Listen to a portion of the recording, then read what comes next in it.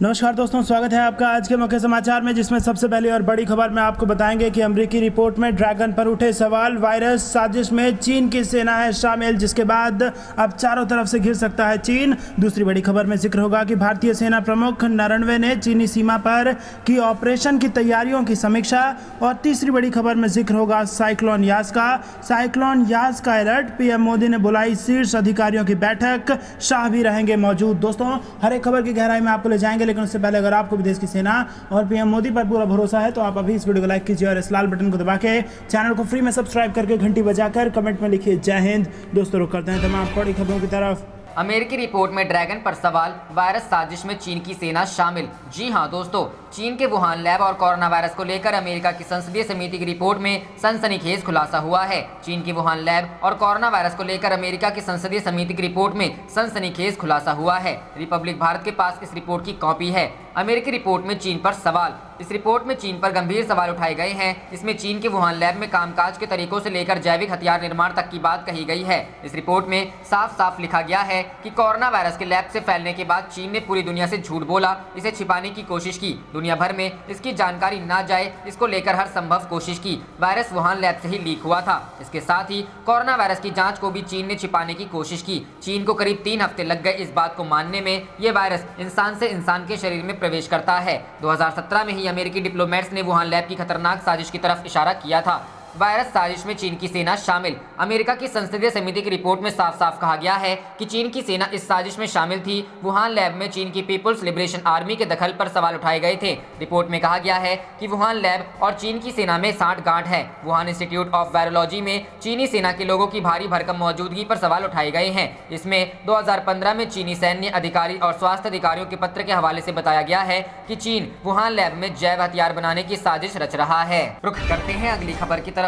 भारतीय सेना प्रमुख नरवणे ने चीनी सीमा पर की ऑपरेशन की तैयारियों की समीक्षा। जी हां दोस्तों, भारतीय सेना प्रमुख जनरल एम नरवणे ने अरुणाचल प्रदेश क्षेत्र में चीन के साथ सीमा पर बल की परिचालन तैयारियों की समीक्षा के साथ ही सेना प्रमुख ने पूर्वोत्तर राज्यों के इलाकों में सुरक्षा स्थिति की भी समीक्षा की। जनरल नरवणे 20 मई को 2 दिवसीय दौरे पर नागालैंड के दीमापुर पहुंचे और परिचालन तैयारियों की समीक्षा की। भारतीय सेना प्रमुख ने कहा, दीमापुर में कोर मुख्यालय में पहुंचने पर सेना प्रमुख को lieutenant general Johnson Mathew, general officer commanding spear corps और डिवीजन कमांडरों ने मौजूदा स्थिति और उत्तरी सीमाओं पर परिचालन तैयारियों के बारे में जानकारी दी। उन्होंने उत्तम निगरानी बनाए रखने के लिए सभी रैंकों की सराहना की और उन्हें सतर्क रहने और चीन के साथ वास्तविक नियंत्रण रेखा पर गतिविधियों पर नजर रखने को कहा। इस महीने की शुरुआत में जनरल ने जम्मू संभाग के अग्रिम क्षेत्रों का दौरा किया और इस क्षेत्र की अपनी 2 दिवसीय यात्रा के दौरान पाकिस्तान के साथ नियंत्रण रेखा और अंदर के इलाकों में सुरक्षा स्थिति की समीक्षा की। जनरल नरवणे 11 मई को नगरोटा स्थित 16 कोर व्हाइट नाइट कॉर्प्स के मुख्यालय पहुंचे और जम्मू क्षेत्र के अखनूर, राजौरी और नौशेरा सहित अग्रिम क्षेत्रों का दौरा किया।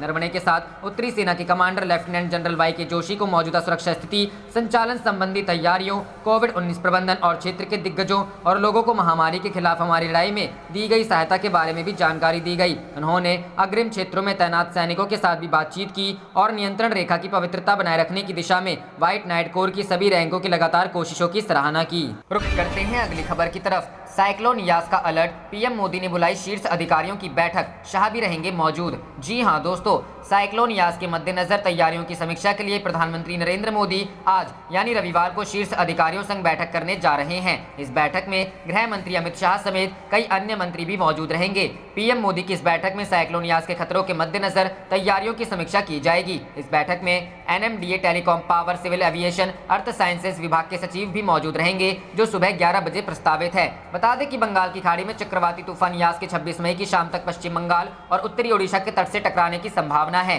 तूफान के खतरे को ध्यान में रखते हुए तैयारियां तेज कर दी गई हैं। पीएम मोदी की बैठक से पहले चक्रवाती तूफान यास से निपटने की तैयारियों की समीक्षा के लिए राष्ट्रीय संकट प्रबंधन समिति की भी बैठक हुई। इस बैठक की अध्यक्षता कैबिनेट सचिव राजीव गाबा ने की। मीटिंग के दौरान यास से निपटने के लिए केंद्र, राज्य और केंद्र शासित प्रदेश की सरकारों, एजेंसियों की तैयारियों के बारे में जानकारी ली गई थी। भारत मौसम विभाग के महानिदेशक ने इस समिति को चक्रवाती तूफान के ताज़ा हालात के बारे में जानकारी से भी अवगत कराया। इस बैठक में पश्चिम बंगाल, ओडिशा, तमिलनाडु, आंध्र प्रदेश, अंडमान और निकोबार, पुडुचेरी के मुख्य सचिव और अधिकारियों ने भाग लिया। बैठक में गृह विद्युत, शिपिंग, दूरसंचार, पेट्रोलियम एवं प्राकृतिक गैस, नागरिक उड्डयन एवं मत्स्य पालन मंत्रालयों के सचिव, रेलवे बोर्ड के अध्यक्ष, एनडीएमए के सदस्य सचिव, आईडीएस के प्रमुख और तटरक्षक बल, एनडीआरएफ और आईएमडी के महानिदेशक शामिल हुए थे। आईएमडी के मुताबिक इस चक्रवाती तूफान के 26 मई की शाम तक पश्चिम बंगाल और समीपवर्ती उत्तरी ओडिशा के तट तक पहुंचने की संभावना है। इस दौरान 155 से लेकर 165 किलोमीटर प्रति घंटे तक की गति से हवा चलने के साथ ही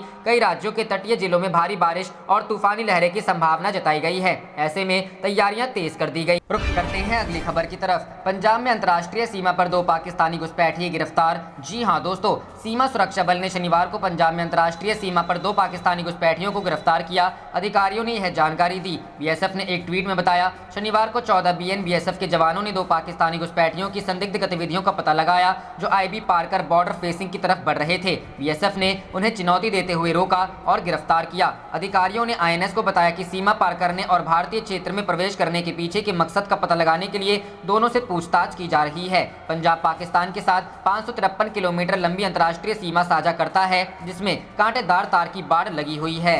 रुख करते हैं अगली खबर की तरफ। सीएम योगी का बड़ा ऐलान, 1 जून से यूपी के सभी जिलों में 18 साल से ऊपर वालों का होगा टीकाकरण। जी हां दोस्तों, मुख्यमंत्री योगी आदित्यनाथ ने 1 जून से प्रदेश के सभी 75 जिलों में 18 से 44 आयु वर्ग वालों के टीकाकरण का निर्देश दिया है। शनिवार को टीम 9 संग हुई बैठक में मुख्यमंत्री ने कहा कि वैक्सीन कोरोना से सुरक्षा कवच है, लिहाजा अब ग्रामीण इलाकों के साथ ही प्रदेश के सभी जिलों में 18 से 44 आयु वर्ग वालों को 1 जून टीका लगवाने की व्यवस्था की जाए। गौरतलब है कि अभी सिर्फ 23 जिलों में ही 18 से 44 आयु वर्ग वालों का टीकाकरण किया जा रहा है।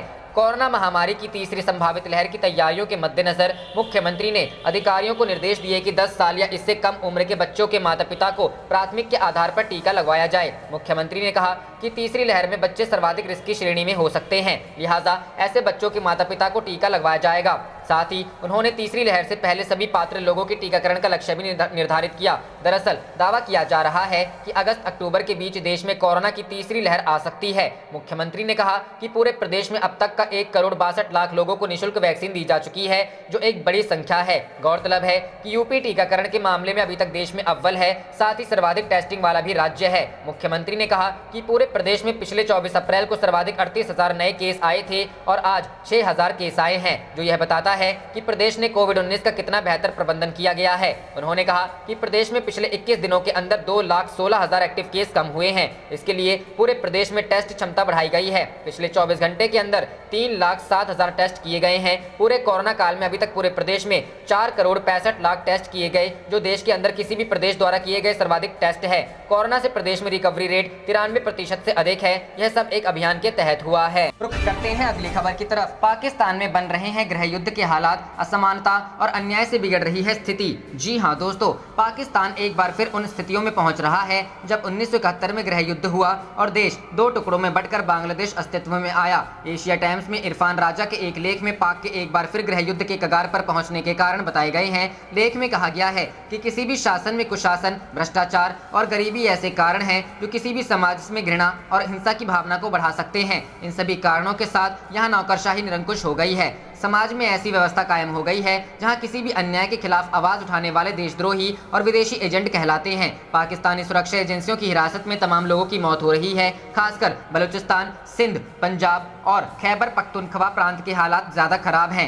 लेख में कहा गया है कि असमानता और गरीबी के बीच राजनेता, नौकरशाह, जनरल और उद्योगपतियों का ऐसा वर्ग बन गया है जो देश ही नहीं विदेशों में विलासितापूर्ण जीवन जी रहा है। परवेज मुशर्रफ इसका उदाहरण है, जिन्होंने पाकिस्तान में आतंकवाद को जन्म दिया। ऐसे लोग विदेश में शानदार जीवन जी रहे हैं। यही कारण एक बार फिर पाक को गृह युद्ध की तरफ धकेल रहे हैं। पाकिस्तान के प्रधानमंत्री इमरान खान ने कराची के परमाणु ऊर्जा प्लांट 2 के शुरू होने पर कहा कि चीन और पाकिस्तान की दोस्ती मजबूत हो रही है। आज ही के दिन चीन के साथ राजनयिक संबंधों के 70 साल भी पूरे हुए हैं। उन्होंने यह भी कहा कि चीन पाकिस्तान आर्थिक गलियारे से विकास के नए रास्ते खुलेंगे। पाकिस्तान के पूर्व प्रधानमंत्री नवाज शरीफ के बेटे हसन शरीफ के लंदन स्थित कार्यालय में 4 लोगों ने घुसने की कोशिश की। यहाँ जब उन लोगों को रोकने की कोशिश की तो उन्होंने बताया कि नवाज से उनकी भेंट पूर्व निर्धारित है। बाद में ये लोग भाग गए। पीएमएल नवाज पार्टी ने आरोप लगाया है कि नवाज पर हमले की साजिश रची जा रही है। रुख करते हैं अगली खबर की तरफ। यास चक्रवात को लेकर केंद्र की बड़ी बैठक, राज्यों की तैयारी का लिया जायजा। जी हां दोस्तों, बंगाल की खाड़ी में चक्रवाती तूफान यास से निपटने के लिए कैबिनेट सचिव राजीव गौबा की अध्यक्षता में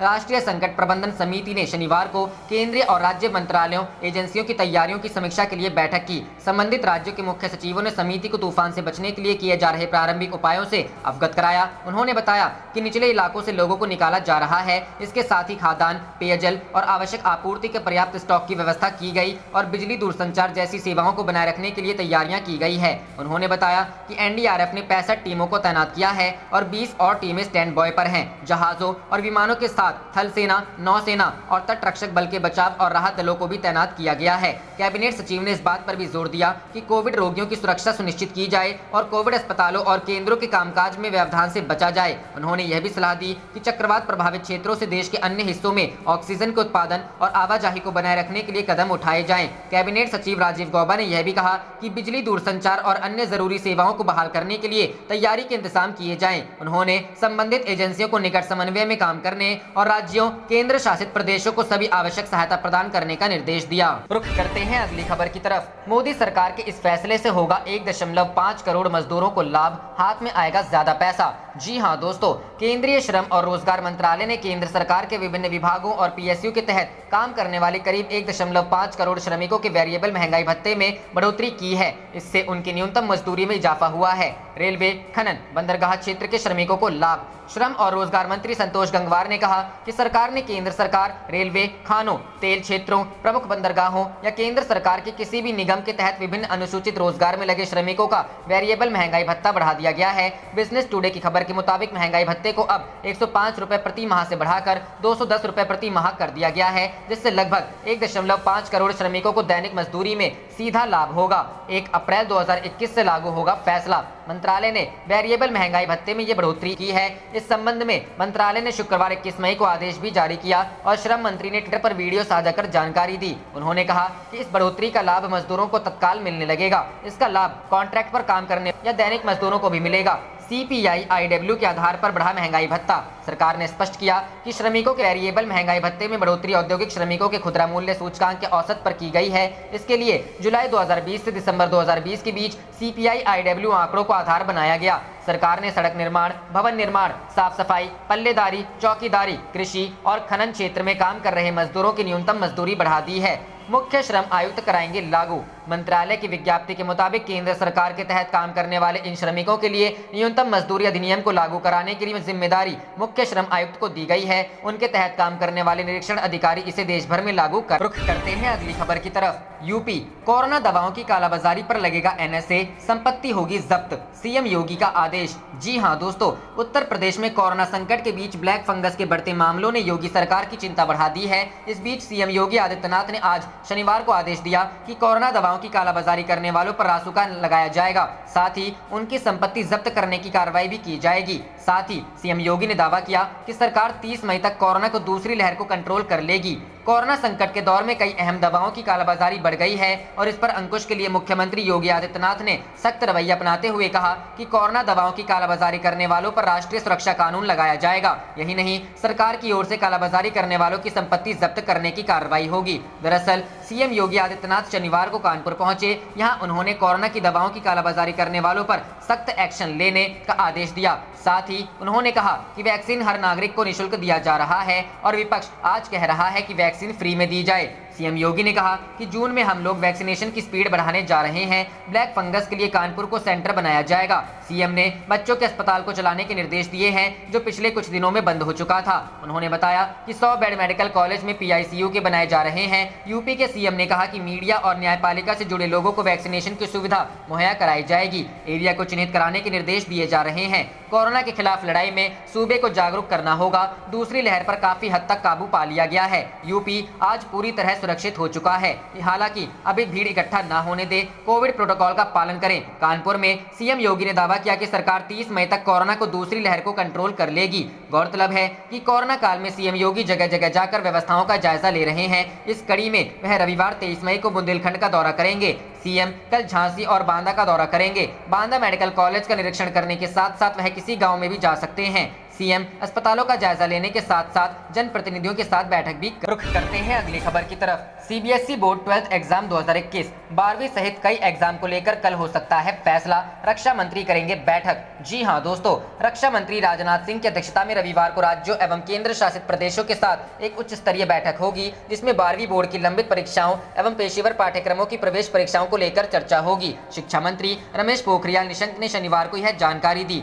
कोरोना वायरस संक्रमण की दूसरी लहर के मद्देनजर 12वीं बोर्ड की परीक्षा स्थगित कर दी गई थी। निशंक ने ट्वीट किया कि 23 मई 2021 को पूर्वाह्न 11 बजे यह बैठक डिजिटल माध्यम से होगी, जिसमें शिक्षा मंत्री के अलावा केंद्रीय मंत्री स्मृति ईरानी, प्रकाश जावड़ेकर भी शामिल होंगे। इस बैठक में राज्यों, केंद्र शासित प्रदेशों के शिक्षा मंत्री, सचिव हिस्सा लेंगे। शिक्षा मंत्रालय के बयान के अनुसार इस बैठक में 12वीं बोर्ड की लंबित परीक्षाओं एवं पेशेवर पाठ्यक्रमों की प्रवेश परीक्षाओं को लेकर चर्चा होगी। वहीं राज्यों एवं केंद्र शासित प्रदेश को लिखे पत्र में केंद्रीय शिक्षा मंत्री ने कहा कि स्कूली शिक्षा एवं साक्षरता विभाग, शिक्षा मंत्रालय तथा सीबीएसई छात्रों एवं शिक्षकों की सुरक्षा को ध्यान में रखते हुए परीक्षा आयोजित करने के विकल्पों पर विचार किया जा रहा है। परीक्षा की तिथियों को अंतिम रूप देने के लिए विचार विमर्श कर रहा है।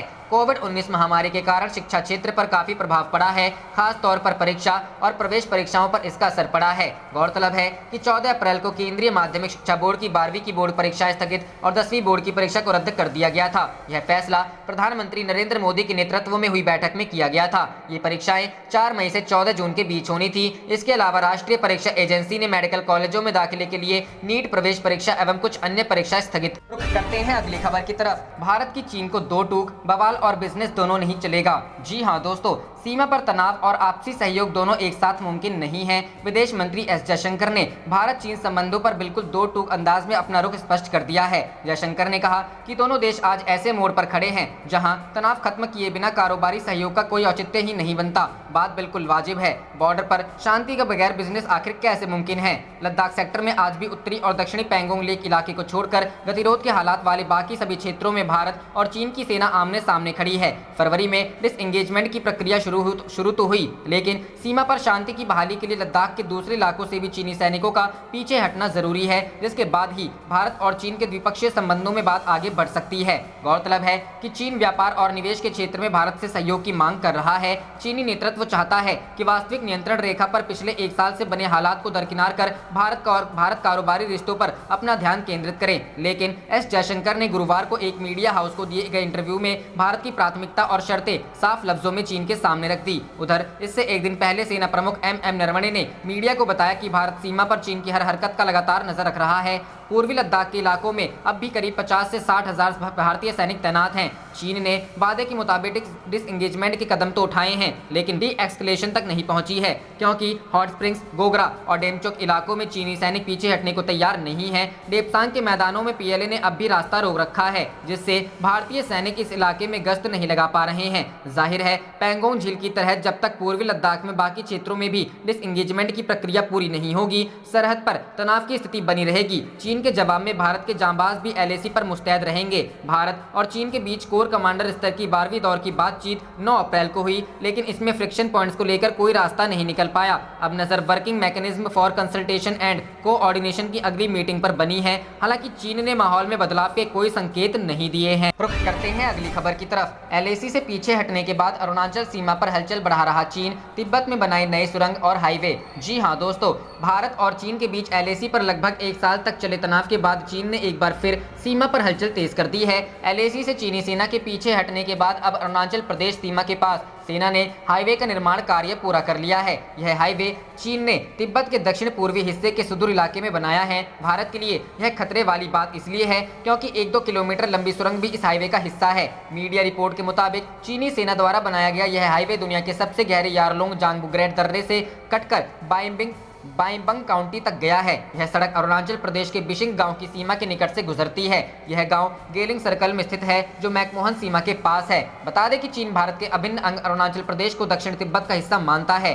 शहरों से जुड़ेंगे दुरुस्त इलाके। खबरों की माने तो करीब 2 किलोमीटर लंबी सुरंग की खुदाई शनिवार को पूरी हो गई। वहीं करीब 67.22 किलोमीटर लंबी सड़क का निर्माण कार्य भी अपने अंतिम चरण में है। चीनी सेना ने इस हाईवे का निर्माण एलएसी के पास सड़क और सुरंग की अपनी महत्वाकांक्षी योजनाओं के तहत किया है। दावा दावा किया जा रहा है कि इस हाईवे से दूरस्थ इलाके भी शहरों से जुड़ पाएंगे। इस हाईवे के बनने के बाद अब निगंची और सीमावर्ती गाँव में तिब्बती के शहर इलाकों की दूरी सिर्फ 8 घंटे की रह जाएगी। चीन ने जारी किया नया पॉलिसी पेपर। हिंदुस्तान टाइम्स की रिपोर्ट के मुताबिक चीन के स्टेट काउंसिल इंफॉर्मेशन ऑफिस ने तिब्बत स्वायत्त क्षेत्र पर एक नया पॉलिसी पेपर शुक्रवार को जारी किया। इसमें कहा गया कि इस सुदूर स्थित प्रांत में स्थित अधिकतर गांव 2020 के अंत तक हाईवे से बेहतर तरीके से जुड़ गए। इन इलाकों में स्थित सभी गांवों में मोबाइल कम्युनिकेशन तक पहुंच भी है। टारकिम भारत के साथ सबसे लंबी अंतर्राष्ट्रीय सीमा है। इसके अलावा नेपाल और भूटान के साथ भी इसकी छोटी सीमाएं हैं। वहीं म्यांमार के साथ इसकी सबसे छोटी सीमा है। रुख करते हैं अगली खबर की तरफ। छत्तीसगढ़ में कांग्रेस सरकार के खिलाफ भाजपा ने दिया धरना। जी हां दोस्तों, छत्तीसगढ़ के मुख्य विपक्षी दल भारतीय जनता पार्टी ने कथित टूल किट मामले में पार्टी के राष्ट्रीय उपाध्यक्ष रमन सिंह और भाजपा प्रवक्ता संबित पात्रा के खिलाफ मामला दर्ज कराने के विरोध में धरना दिया। भाजपा नेताओं ने आरोप लगाया कि इस आपातकाल को कांग्रेस गलत तरीके से अपने लिए राजनीतिक मौके में बदलना चाहती है। रमन सिंह और पात्रा के खिलाफ प्राथमिकी इस शिकायत पर दर्ज की गई है कि उन्होंने कांग्रेस का एक जाली लेटरहेड का इस्तेमाल करते हुए एक टूलकिट कथित तौर पर प्रसारित किया। भाजपा के वरिष्ठ नेताओं ने शुक्रवार को यहां बताया कि भारतीय जनता पार्टी के राष्ट्रीय उपाध्यक्ष रमन सिंह, भाजपा प्रवक्ता संबित पात्रा और पार्टी के खिलाफ कांग्रेस द्वारा कराई गई प्राथमिकी के विरोध में भाजपा पदाधिकारियों और कार्यकर्ताओं ने शुक्रवार को अपने अपने निवास पर धरना देकर कांग्रेस और सरकार के रवैये पर अपना ऐतराज दर्ज कराया। आप देख रहे थे आपका अपना चैनल जय हिंद जय भारत।